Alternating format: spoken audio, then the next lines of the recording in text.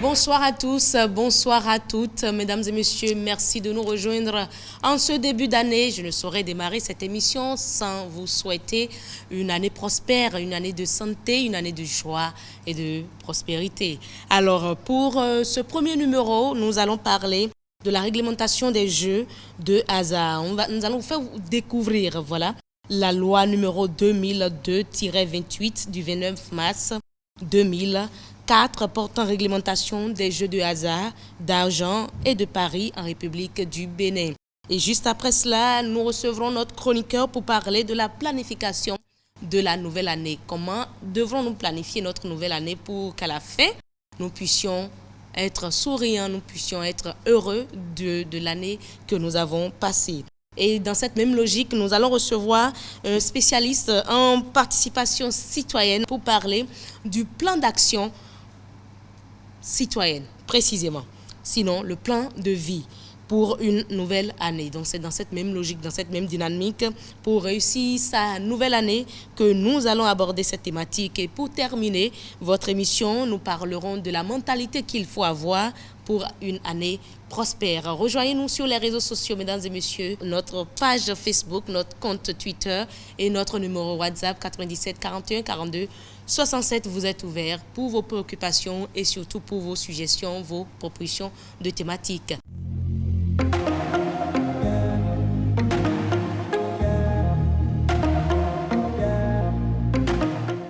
Qu'est-ce que la loi numéro 2002-28 du 29 mars 2004 portant réglementation des jeux de hasard, d'argent et de paris en République du Bénin et surtout qui peut exercer des activités de jeux de hasard, d'argent et de paris dans notre pays et maintenant qu'en est-il des tombolas promotionnels que nous constatons dans nos villes, dans notre pays? Toutes ces informations vous sont ici apportées par notre équipe juridique. Suivez tout de suite. Loi de la République et programme de développement. La réglementation des jeux de hasard, d'argent et de paris en République du Bénin. Qu'est-ce que la loi numéro 2002-28 du 29 mars 2004 portant réglementation des jeux de hasard, d'argent et de paris en République du Bénin?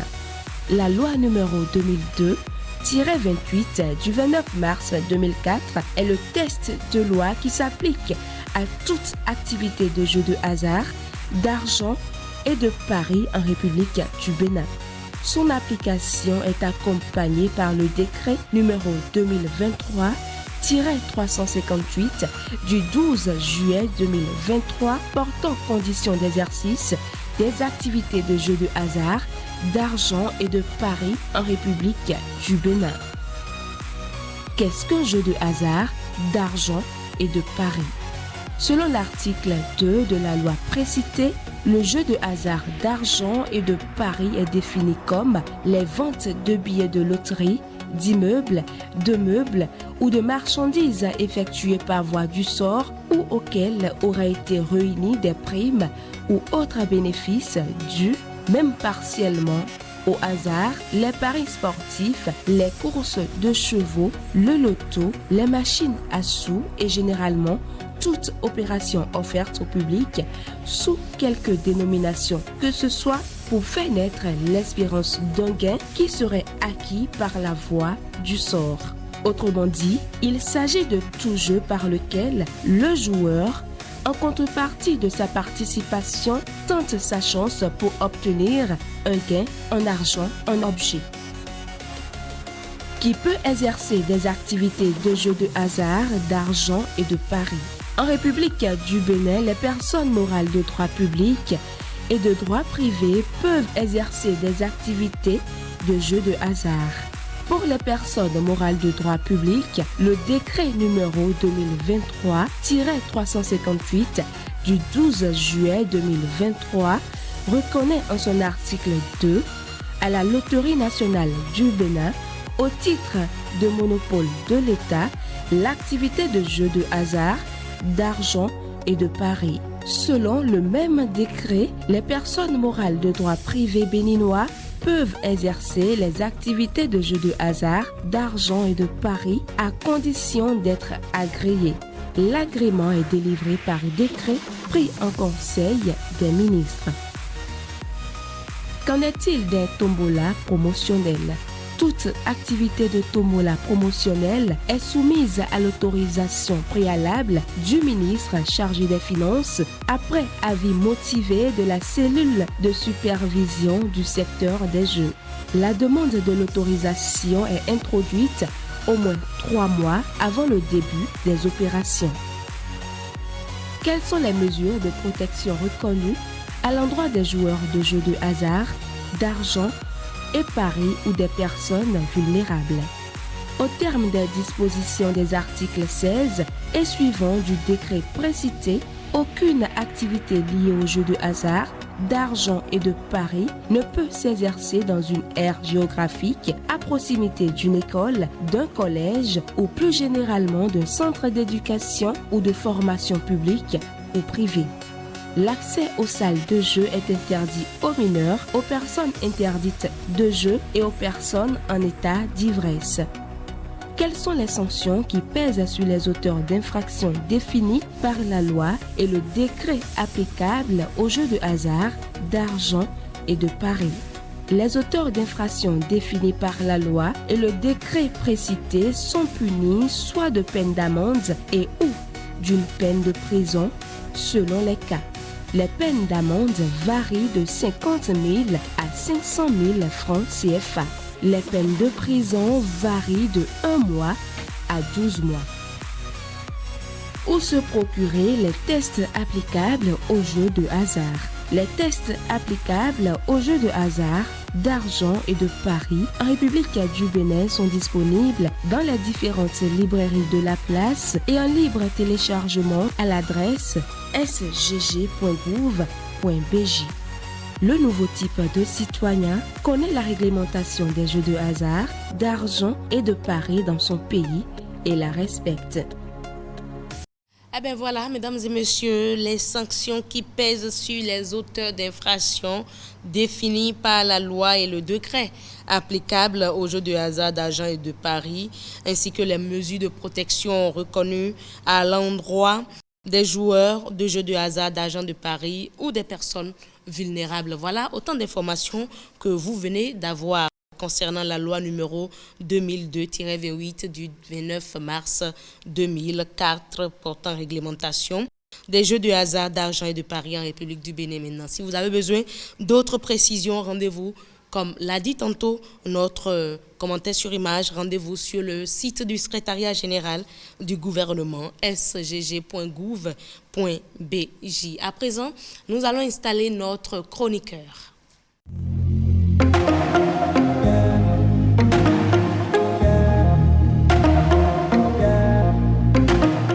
Comment faire pour ne pas connaître un échec?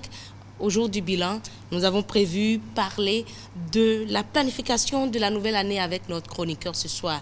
Et nous recevons Adam Soumaïla. Adam, bonsoir. Bonsoir heureuse, bonsoir à chacun et à tous. Pour planifier sa nouvelle année, il est utile déjà de planifier sa nouvelle année, mais comment doit-on procéder?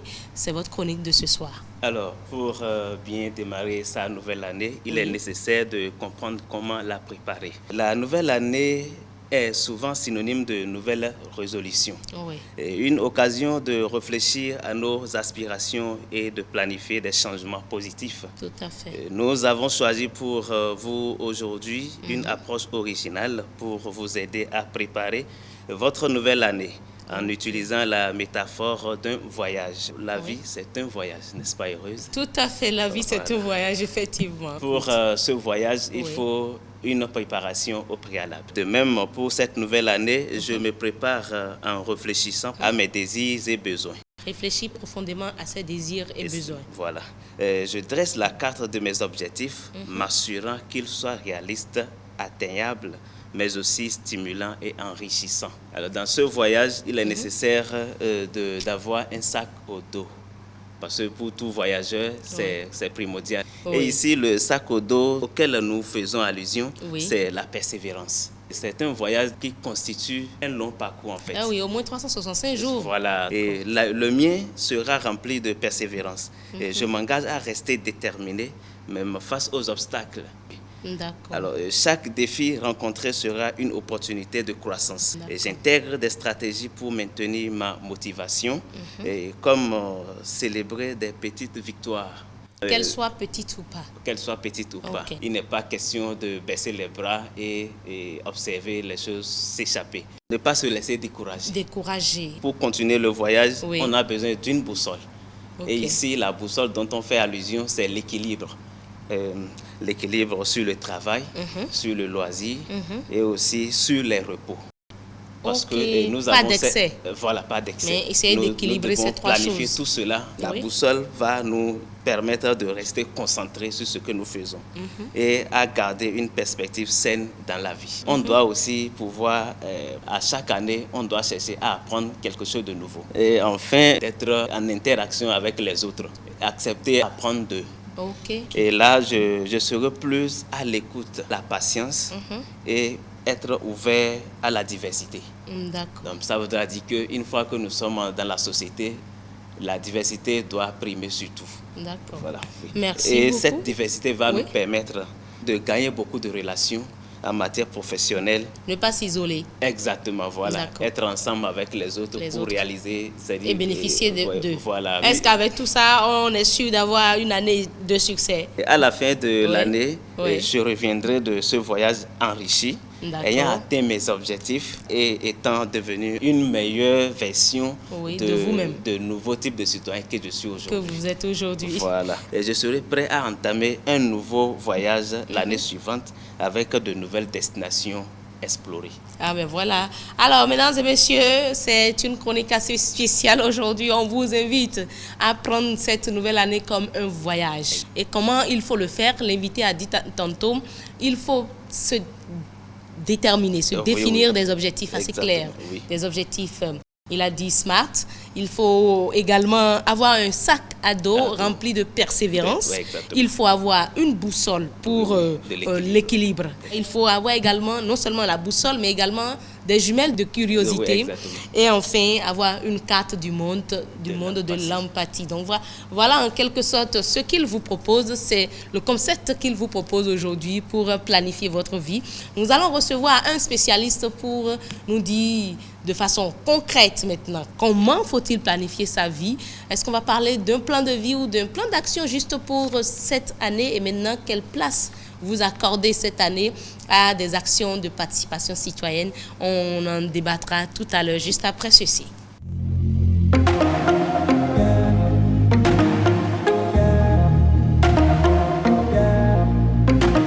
Ce soir, nous recevons Francis Degbeigny. Merci d'être là. Bonsoir, Francis. Bonsoir, madame la présentatrice. Alors, selon vous, comment devrons-nous établir notre plan de vie ou notre plan d'action pour le compte de cette année? D'accord. Déjà, je tiens à clarifier ces deux concepts que vous venez de parler. Ces deux outils, le plan Oui. de vie Oui. et le plan annuel. Donc, c'est deux choses différentes. Oui, c'est deux choses différentes. D'accord. Pour illustrer ce que je viens de dire, le Oui. plan de vie, c'est en quelque sorte la carte routière de votre direction, du futur que vous planifiez pour vous-même, Ah, de votre avenir. pour certains, on a un voyage carrément à faire. Oui. Pour vous, c'est une carte routière. Oui, c'est la carte routière. C'est Ok. c'est la direction que vous voulez donner à votre vie. Ok. Et Le plan Oui. annuel n'est qu'une déclinaison, la feuille de route pour pouvoir façonner ce type de vie que vous voulez, pour pouvoir parvenir à ce type de vie que vous projetez sur vous-même. Ok, alors nous allons beaucoup plus nous focaliser sur le plan annuel. Ok. Parce qu'on veut parler de l'année 2024, comment faire, comment aider les citoyens, les NTC à pouvoir atteindre leurs objectifs à la fin de l'année. Alors pour vous, experts, comment doit-on établir ce plan annuel? Voilà. Vous savez, que ce soit pour le plan de vie Oui. ou pour le plan annuel, il y a un travail d'introspection qu'il faudra faire. Parce que c'est un travail, vous devez prendre du temps pour pouvoir évaluer, pour pouvoir découvrir d'abord qui vous êtes. Ok. Parce que si vous ne savez pas qui vous êtes, vous ne pouvez pas contribuer utilement. D'accord. Donc, vous allez définir un plan, mais à la fin de l'année, quand vous allez vouloir faire le bilan, vous sentez que vous avez fait plein de choses, mais vous n'êtes pas heureux, vous n'êtes pas satisfait, vous n'êtes pas épanoui. Donc, c'est tout comme si vous avez perdu du temps. Du temps. Donc, définir un plan annuel suppose qu'il faudrait déjà découvrir qui l'on est, qu'est-ce qui nous motive, qu'est-ce qui nous dirige. Nous sommes motivés par quoi? Quelles sont nos passions? Quelles sont nos valeurs fondamentales? Ok. Donc, c'est déjà, lorsque vous faites déjà ce travail, vous êtes en mesure de définir un plan annuel qui a un sens. Ok, qui cadre parfaitement avec qui vous êtes. Qui vous êtes. Okay. Voilà. Si vous ne contribuez pas au bonheur des autres, il y a un sentiment d'insatisfaction. Vous sentez que vous n'avez pas été utile aux autres. Ah, donc, non seulement il faut penser à soi-même, à ce que l'on veut, l'on désire, évidemment, mais penser également aux autres. Évidemment. Comment aider les autres. Voilà, comment contribuer utilement à la société. Parce que si la société n'est pas stable, n'est pas épanouie, vous aussi, votre épanouissement est impacté sur votre épanouissement personnel. Oui, oui. Donc, ce qui suppose que, très souvent, on constate que lorsque les gens définissent leur plan annuel ou leur plan de vie, l'aspect communautaire, l'aspect social est souvent occulté. Effectivement. Alors que c'est un aspect très important pour notre bien-être personnel. Voilà pourquoi il est important d'intégrer cet aspect social, cet aspect communautaire, la contribution utile que vous pouvez apporter dans votre communauté ou à la société. Quelle procédure, mettre en place pour atteindre ces objectifs? Ce n'est pas un truc sorcier. Okay. Nous le faisons sans forcément nous en rendre compte. Le travail principal qu'il faudra faire, c'est le travail de réflexion. Il faudrait déjà identifier ce pourquoi on vibre, identifier ce que nous voulons, quelle contribution nous voulons apporter à notre communauté. Cela est défini par nos valeurs et aussi par notre passion, nos intérêts. Donc, si je suis un sportif, je peux contribuer utilement en initiant des compétitions de quartier. En initiant des compétitions de quartier, je crée un brassage social où des joueurs, des passionnés du football, de cette passion que moi aussi j'ai, que je partage, se retrouvent et ils vivent, ils se font plaisir. Et à travers cette activité, on peut dénicher des talents. Oui, voilà, évidemment, qu'on peut aider. Donc, c'est une manière pratique de contribuer socialement. C'est ça. Si je suis aussi quelqu'un qui aime aider les personnes en situation difficile, je peux décider de m'engager dans une organisation en étant volontaire ou bénévole pour participer à des activités de collecte de dons, d'assistance à des personnes en situation de handicap. Si je prends quelqu'un qui a cette passion-là pour la communication, cette personne-là pour pouvoir contribuer utilement à la société, peut initier des campagnes de sensibilisation ou de motivation pour pouvoir inspirer des personnes qui sont en situation difficile. Donc, c'est déjà des manières pratiques pour pouvoir se rendre utile à la communauté. Et tout ça, il faut déjà les prévoir dans son plan annuel. Évidemment, il faut déjà le prévoir.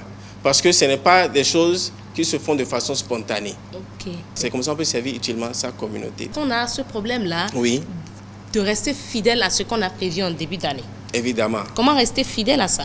Il faudrait que les gens ne se stressent pas en se disant que bon, je n'ai pas pu atteindre ou le plan ne fonctionne pas comme je l'ai prévu, donc on se décourage. Non.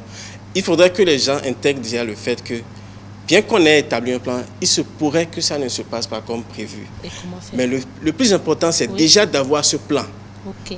Pour qu'au moment opportun, on puisse s'asseoir et revoir ce plan et définir des actions nouvelles. Merci beaucoup. Vous avez un dernier mot à l'endroit des citoyens? Je vais conclure notre discussion en invitant nos téléspectateurs à prendre le temps nécessaire pour pouvoir définir leur plan, que ce soit le plan de vue, le plan annuel, et qu'ils s'engagent ou initient des initiatives pour pouvoir contribuer de façon utile à la communauté. Il est très important pour eux de savoir qui ils sont afin de pouvoir contribuer utilement. Donc, je les invite à passer à l'action. Vous avez donc compris, mesdames et messieurs, très souvent en début d'année, on parle de planification de vie, de planification de l'année, comment faire pour ne pas échouer à la fin de l'année, comment faire pour un bilan positif. Et ici, nous vous proposons, au-delà de votre plan pour le développement, votre développement personnel, de prévoir un plan d'action citoyenne. pour contribuer au développement de votre communauté. Et ce sera tout, mesdames et messieurs. Rejoignez-nous sur les réseaux sociaux, Facebook, Twitter, Mouvement NTC. Rejoignez-nous sur la chaîne YouTube. Et le numéro WhatsApp également, 97 41 42 67. À présent, nous installons notre expert en changement de mentalité.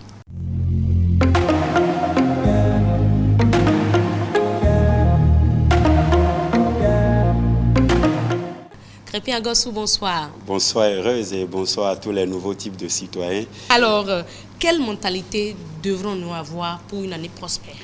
Merci. Il est bien vrai qu'au début de chaque nouvelle année, nombreux sont les personnes qui nous posent la question de savoir qu'est-ce qu'il faut faire ou quel type de mentalité ils devraient avoir pour pouvoir réussir leur année ou avoir une année prospère. Mais à travers ce numéro, nous allons juste parler de quelques points qui pourraient nous aider à répondre à cette interrogation. Je me souviens bien, Margaret Thatcher disait que l'on devient fatalement ce que l'on pense. Autrement dit, notre vie est à l'image de notre mentalité, exactement, de notre pensée. Donc, avoir une année prospère également dépend du type de mentalité que nous avons, comment est-ce que nous arrangeons notre mentalité, comment est-ce que nous tournons nos pensées. Donc, réussir une année dépend du type de mentalité que nous avons. Donc, sur ce, le premier point très important que je voulais souligner, c'est le changement de perspective. Changement de perspective, c'est tout simplement le changement de point de vue. Qu'est-ce que je veux dire? En cette année, lorsque nous serons en face des obstacles, des échecs, au lieu de les diaboliser, transformons-les en des opportunités, transformons-les en des atouts. Et c'est ce que nous enseignent les huîtres perlières. Lorsque les huîtres reçoivent des blessures à travers des corps étrangers qui entrent dans leur coquille pour se défendre, les huîtres commencent à sécréter ce que nous appelons le chlorure de calcium. Et cette substance à son tour s'accumule autour du corps étranger et forme ce que nous appelons la perle. Ce sont les perles précieuses que les femmes aiment mettre au cou. Autrement dit, ces perles précieuses naissent à travers les blessures que reçoivent les huîtres perlières. Les huîtres ont cette capacité de transformer les blessures, c'est-à-dire des situations défavorables, en des perles, en des situations précieuses et favorables. Donc cette mentalité est une chose très importante que je souhaiterais que tous les nouveaux types de citoyens... Avoir une mentalité de l'huître. Oui, qui change les situations défavorables en des atouts ou des opportunités. Il y a Ryan Holiday, dans son livre intitulé « L'obstacle est le chemin », il dit ceci. Ah, j'ai vu le livre avec vous tout à l'heure. Oui, exactement. Il dit « Notre perception, notre manière de voir les choses peut devenir pour nous une force comme une faiblesse. » C'est-à-dire notre point de vue peut devenir pour nous une force comme une faiblesse. Donc, chez un nouveau type de citoyen, ça dépend de la manière dont vous affrontez les difficultés en cet début d'année. C'est cette chose-là qui déterminera si vous allez avoir une année prospère ou pas. Si vous diabolisez seulement vos échecs, je pense que vous allez terminer en diabolisant toutes choses. Mais si vous prenez les obstacles comme des opportunités, à votre insu, vous allez vous trouver en train de réussir dans tout ce que vous êtes en train de faire. Je vais toucher un deuxième point. Vous savez, j'ai déjà entendu plusieurs personnes le dire. Chaque année, les gens font des plans pour pouvoir réussir. Et c'est très... deux précédentes rubriques se sont consacrées à ça. C'est très important. Mais des statistiques prouvent que sur 100 personnes qui font des projets, des plans au début de l'année, juste 8% sont ceux-là qui réussissent à accomplir réellement ce plan-là qui se sont faits au début de l'année. À la fin de l'année, on constate que près de 98% de personnes échouent. Mais je me demande bien comment... Parce qu'effectivement, en début d'année, on est tous motivés. Exactement, madame. Qu'est-ce qui suscite la démotivation? Je vais juste expliquer. Le tout ne suffit pas de prendre des résolutions.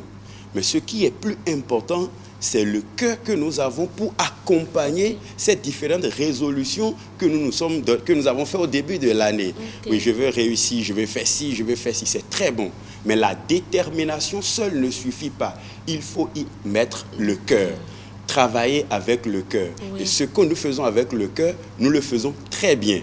Sans murmure et sans contrainte. Nous nous trouvons du plaisir à faire ce que nous avons l'habitude de faire. Mais si nous nous sommes donné des objectifs et que nous faisons le travail avec contrainte et beaucoup de murmures, finalement, nous allons nous retrouver en train de tourner en rond sans pouvoir réussir. Je dirais également, madame, vous savez, tout ce que nous semons, tôt ou tard, c'est ça, nous allons récolter. Si en ce début d'année, vous semez le désespoir, dites-vous que vous allez récolter certainement le désespoir. Donc c'est tout juste pour vous dire, vous voulez réussir, ça doit commencer tout d'abord par la mentalité. Qu'est-ce que je sème?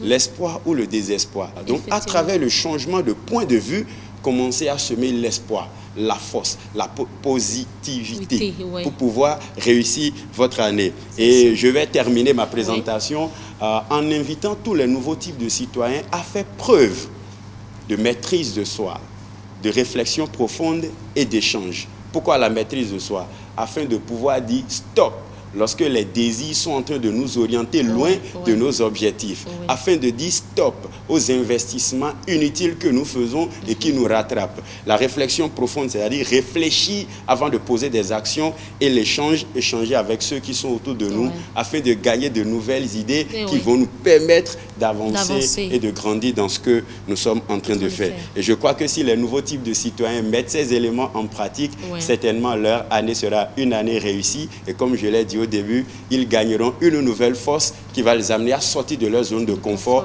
à motiver et à contribuer au développement et à l'épanouissement de tous ceux qui sont autour. Vraiment, effectivement. Merci. C'est tellement bien précis depuis la chronique jusqu'à maintenant qu'on se dit, on n'a pas des excuses en fait si en fin d'année on se retrouve à faire un bilan négatif. Nous avons tout. En tout cas, dans cette émission-ci, au cours de cette émission-ci, mesdames et messieurs, on vous a donné tous les secrets possibles. Et je pense que dans différentes manières, les trois présentateurs vous ont parlé de la même chose pratiquement. Donc maintenant, je pense que la balle est dans votre camp. Si vous avez déjà établi, moi je dirais, si vous avez déjà établi votre plan de vie ou votre plan annuel, comme on l'a précisé tantôt, je crois qu'il faut reprendre cette feuille-là et la relire. Est-ce que ça cadre effectivement avec ce que je veux, avec ce que je suis?